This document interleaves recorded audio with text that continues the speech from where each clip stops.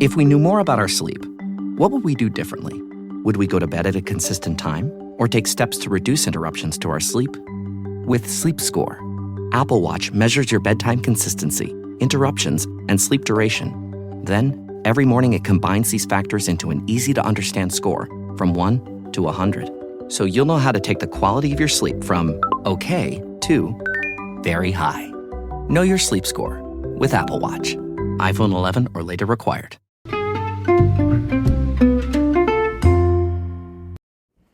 Hi everybody, and welcome to the Dr. Psych Mom Show. Today I'm going to talk about cheating as an addictive behavior.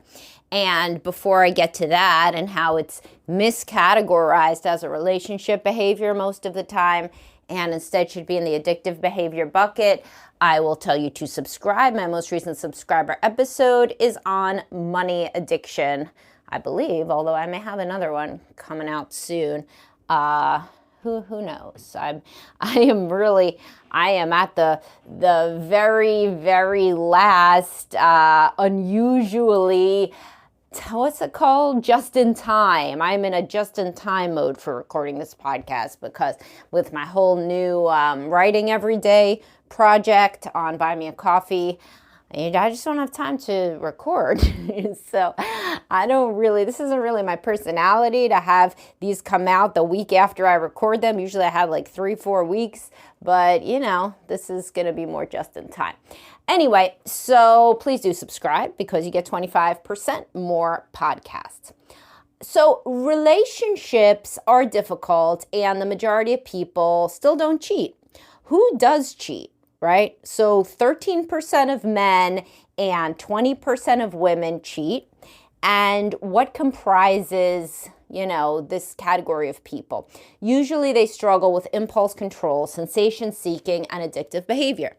That's reality. That's literally reality. So many people are unhappy in their marriages and they don't cheat. So many people have sexless marriages or bad sex marriages or bad emotion marriages or no emotion marriage, whatever your problem is.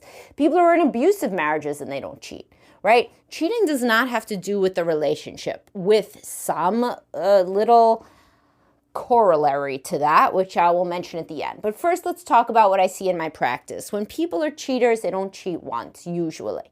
They cheat compulsively. They cheat over and over because they're addicted to the validation. Sometimes they just cheat emotionally.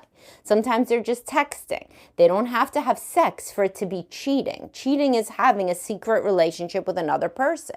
And any aspect of that relationship can be secret. So maybe your partner knows that you have a coworker but that you hang out with, but you have not told them the extent of that you text with this person all the time and you've confided in them about the marriage and you flirt with them and they say you're attractive and all this stuff. That is cheating. And so people who cheat, they tend to be high on the sensation-seeking scale. You take the high sensation-seeking test. Elaine Aron, who developed the highly sensitive person test, also developed the construct of high sensation-seeking, which is interesting. And these people are drawn more to novelty. They are drawn to excitement. They're drawn to dopamine rushes. They try to get dopamine more than the average person.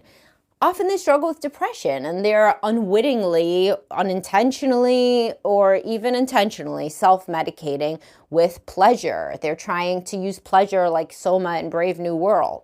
It's the attention of the cheating. It's the excitement. It's not the orgasm. The orgasm is something anybody could do by themselves. It's the person there that wants you and is filling up your attention bucket. So the other sort of person that cheats frequently are narcissists.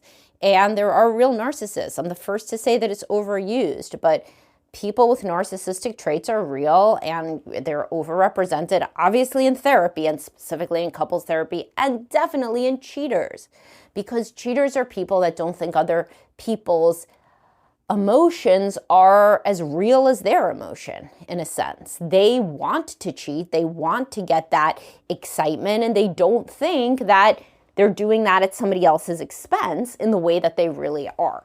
They do not think like okay, I want to do this, but my partner would be so upset, so I'm not going to.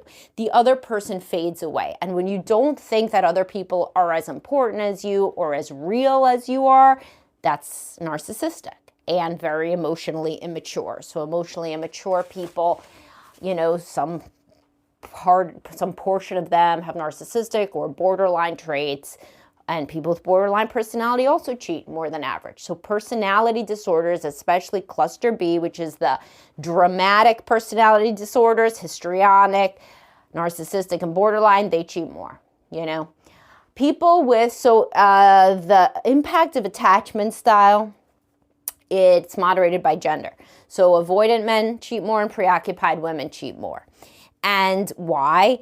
Well, because I'm going to get to the corollary soon. So the avoidant guys are usually cheating because of what I'm saying. They get addicted to the dopamine. They get addicted to the rush. They get addicted to the attention. You don't have to really have commitment or a deep emotional connection. They're often cheating with a lot of escorts and strippers and those kind of things. Now, preoccupied attachment women and preoccupied attachment men, when they cheat, these are the exception. For them, it may be due to the relationship in part. They feel lonely in the relationship. They don't have the courage or the self-esteem to be single.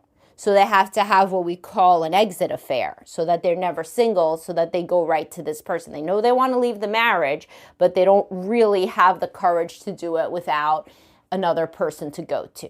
So in this case, these people, obviously, they have self-esteem issues and they struggle anyway, right? But it's more due to the relationship. And some of these people don't cheat again. So they cheat the one time. It's basically subconsciously for an exit affair. Frequently, they end up with that person, at least for a little while. Sometimes they marry that person. But point is that they do not cheat again compulsively. The compulsive cheaters, the ones who have cheated more than once or who cheat with people or who pay for sex over and over, or they're talking to girls on OnlyFans over and over, this has a huge overlap with porn addiction and with alcohol addiction and with drug addiction and with gambling addiction, with work addiction, with exercise addiction, any of the addictions that have to do with releasing just a bolus of dopamine, basically like chain smokers.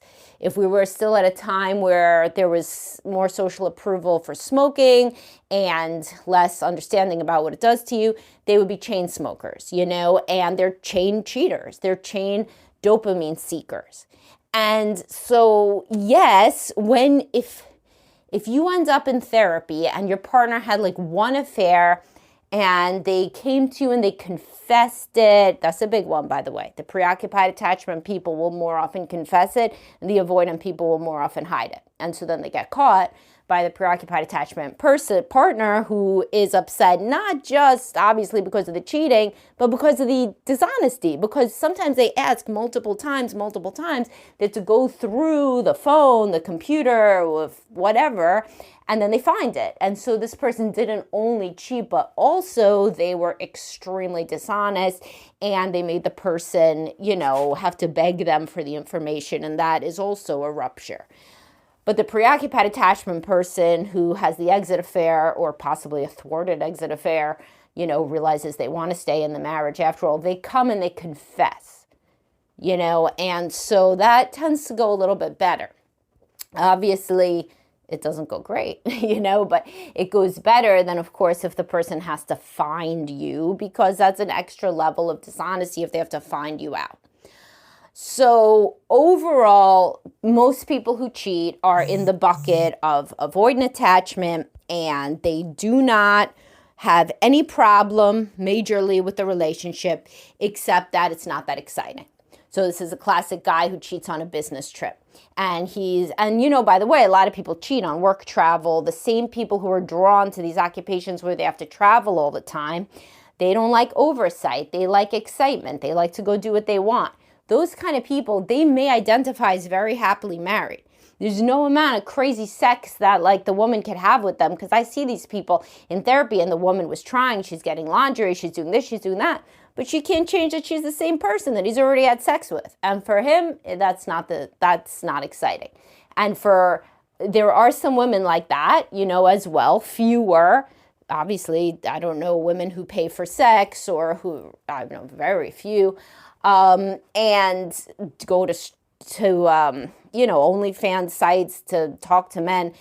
But women who are who are more narcissistic, who are more addicted to attention, will cheat more regularly and in the same kind of ways that these avoidant men do. They're avoidant women, and they go out on business trips and they get drunk and they meet a new person and it's exciting, and then that's it. It's like a fling. Or they have this ongoing sexual, casual relationship with one or more coworkers or things like that, but they don't get emotional. Whereas the preoccupied attachment woman with the exit affair, or who feels lonely in her marriage, will frequently have this deep emotional affair with this guy long time before they have sex. It's like turns into a whole courtship thing. And then eventually, if they want to stay married, they may confess it. And if they don't want to stay married, they leave. And they go to that person, whether or not that lasts or not. And I've seen some preoccupied attachment men do that as well. Although, again, more men are in the bucket of the avoidant sensation seeker and the compulsive kind of addictive cheater. Remember that cheating is less approved of now than ever before. It used to be kind of don't ask, don't tell. Now men are expected to be family men, home all the time, prioritizing parenting and the kids in a way that they never were expected to. And there is a lot of social disapproval of infidelity more than ever. And so, the people who will still do it are the more addictive people. And they hang out with more addictive people, because a whole bunch of guys who go, to the massage parlor, not just the massage parlor, but the happy ending massage parlor, they were all friends. They were all basically telling each other, this is okay, this is okay.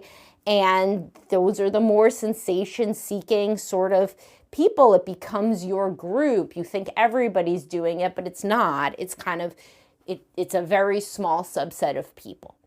And in reality, infidelity that's compulsive like that, you shouldn't be in couples therapy. There's really no point. I mean, you could be in couples therapy to talk about the rupture, but it's useless if the cheater is not in individual therapy. I mean, the cheater, who is a compulsive cheater, has to work on themselves. They have to see, why did they do this? They have to treat it like drinking. It would be like going to couples therapy while one person's a drinker and thinking the couples therapy is going to address why that person is an alcoholic. It's not. You're not an alcoholic because of your relationship. You're not a compulsive cheater because of your relationship.